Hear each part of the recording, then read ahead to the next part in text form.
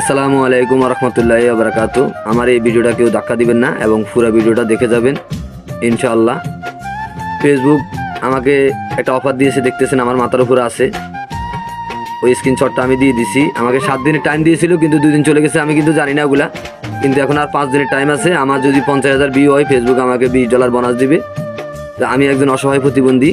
সবাই আমার ভিডিওগুলো দেখবেন এবং লাইক কমেন্ট শেয়ার করে দিবেন ইনশাআল্লাহ।